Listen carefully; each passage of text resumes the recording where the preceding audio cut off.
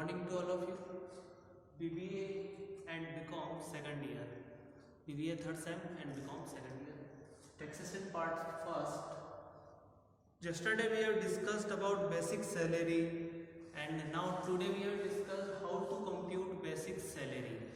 Okay, with numerical. A question is given.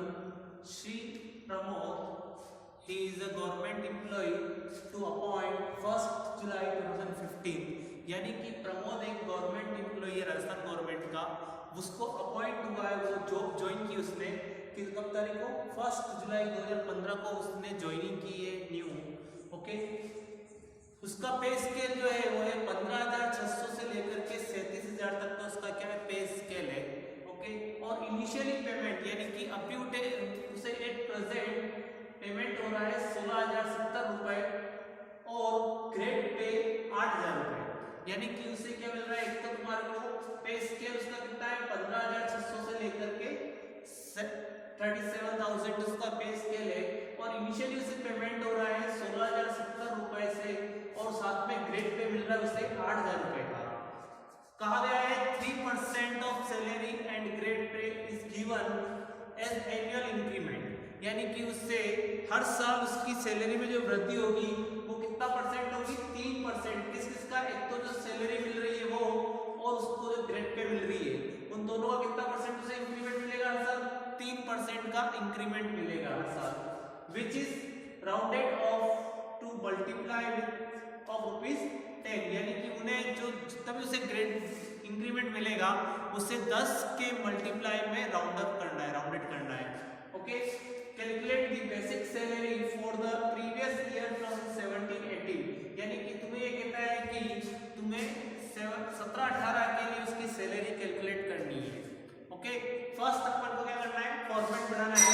Computations of basic salary, एक तरफ लिखना है पर्टिकुलर और एक तरफ आएगा तुम्हारा अमाउंट का कॉलम.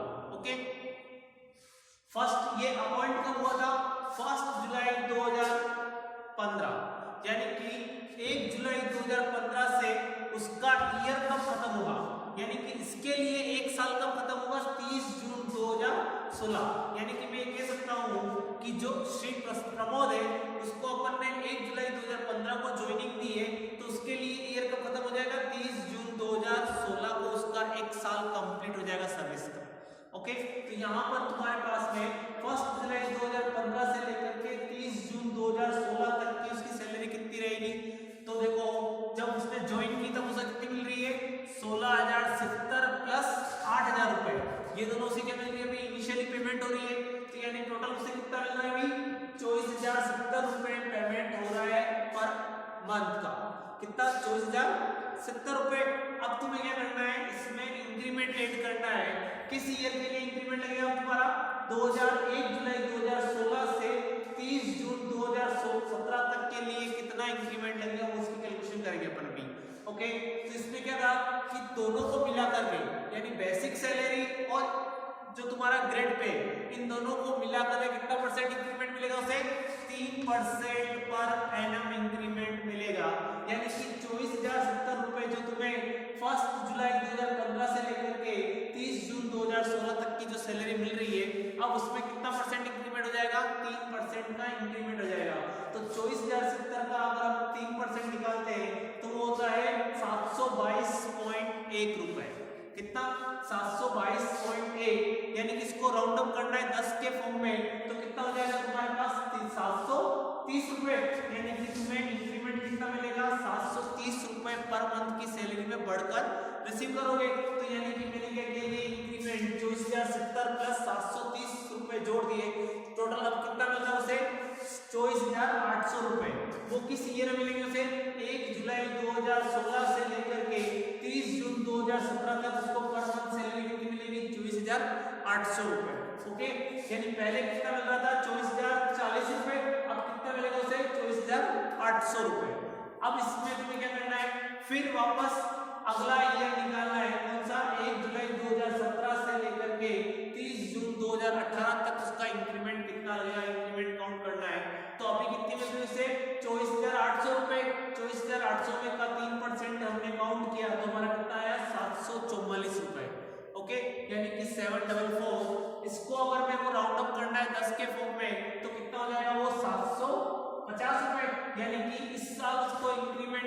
कितने मिलेंगे 750 रुपए पर मंथ की सैलरी का इंक्रीमेंट मिलेगा उसे।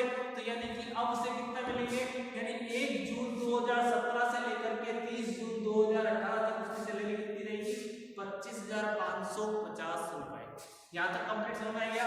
यानी मैंने क्या किया, इसने कहा मैं 1 जुलाई 2015 को अपॉइंट हुआ, तो मैंने पता लगा लिया इसका 1 साल कब कंप्लीट होगा, 30 जून 2016 को इसका 1 साल लग जाएगा। फिर 1 जुलाई 2016 से इसका नेक्स्ट ईयर स्टार्ट हो जाएगा, जो कब खत्म होगा 30 जून 2017 को खत्म होगा। फिर वापस इसका नेक्स्ट ईयर लग जाएगा तीसरा साल 1 जुलाई 2017 से लेकर के 30 जून 2018 तक। ओके, यहाँ तक कंप्लीट हुआ। अब हमें पता लगाना है कि अब यहाँ तक तो अपन ने क्या किया, इंक्रीमेंट जोड़ करके सैलरी निकाली है। अब एक्चुअल में उसे कितनी सैलरी मिल रही है, किस ईयर में 17-18, यानी कि तुम्हारा जो प्रीवियस ईयर 17-18 है उसमें कितनी सैलरी मिल रही है उसकी कैलकुलेशन करेंगे। तो हमको पता है कि गवर्नमेंट एम्प्लॉई है, तो गवर्नमेंट एम्प्लॉई का ईयर कब से स्टार्ट होता है, 1 मार्च से लेकर के 28 फेब तक का ईयर रहता है। तो यहाँ पर 1 मार्च 2017 यानी ईयर कौन सा है 17-18 है, तो हमारे पास स्टार्ट कहां से होगा 1 मार्च 2017 से लेकर के 28 फेब 2018 तक की उसकी सैलरी कितनी होगी इसका पता लगाना है हमें। यानी कि एक्चुअल में हमें इस पीरियड की सैलरी का पता लगाना है। हमें क्वेश्चन क्या पूछा गया है, इसने कहा है कि तुम्हें सैलरी कैलकुलेट करनी है किस ईयर की 17-18 के ईयर की। तो यानी कि तुम्हारा ईयर कब से स्टार्ट होगा 1 मार्च 2017 से लेकर के 28 फरवरी 2018 तक का ईयर रहेगा। अब देखो ईयर कब से स्टार्ट हो रहा है 1 मार्च से, तो 1 मार्च 2017 से लेकर के 30 जून 2017 तक का ईयर लिया मैंने। क्यों लिया है, क्योंकि 30 जून तक की सैलरी उसकी 30 जून 2017 तक की सैलरी उसकी अलग है। फिर जैसे ही तुम्हारा 1 जुलाई लगेगा 2017 का, उसकी सैलरी क्या होगी, इंक्रीमेंट लग जाएगा उसकी सैलरी में, तो उसकी सैलरी क्या हो जाएगी, चेंज हो जाएगी। यानी कि मैंने क्या किया 1 मार्च 2017 से लेकर के 30 जून 2017 तक उसकी सैलरी कितनी है, तो यहाँ देखो कहाँ आएगा 30 जून 2017, यहाँ ये रहा तुम्हारा ये ईयर है 1 जुलाई 2016 से लेकर के 30 जून 2017 तक का ईयर ये रहा। इसकी उस समय सैलरी कितनी थी 24,800 रुपए। तो यानी कि 1 मार्च 2017 से लेकर के 30 जून 2017 तक उसकी सैलरी कितनी रही होगी 24,800 रुपए ही रही होगी। 24,800 और मंथ कितने हो गए तुम्हारे मार्च जून जुलाई और मार्च अप्रैल मई जून, यानी कितने मंथ हुए तुम्हारे 4 मंथ हुए। तो यानी कि 24,800 इंटू 4 यानी कितना हो गया उसका 99,200 रुपए तुम्हारे 1 मार्च 2017 से लेकर के 30 जून 2017 तक की श्री प्रमोद की सैलरी बनती है। ओके, फिर अगला ईयर, उसके लिए अगला ईयर स्टार्ट हो गया। अब ये 1 जुलाई से उसके लिए क्या हो गया, उसका सर्विस का तीसरा ईयर स्टार्ट हो गया है। ओके, तो 1 जुलाई 2017 से लेकर के हमें ईयर कब खत्म करना है 28 फेब 2018। यानी याद है मैंने क्या किया 1 मार्च 2017 को यहाँ स्टार्ट किया और 28 फेब 2018 को यहाँ खत्म किया।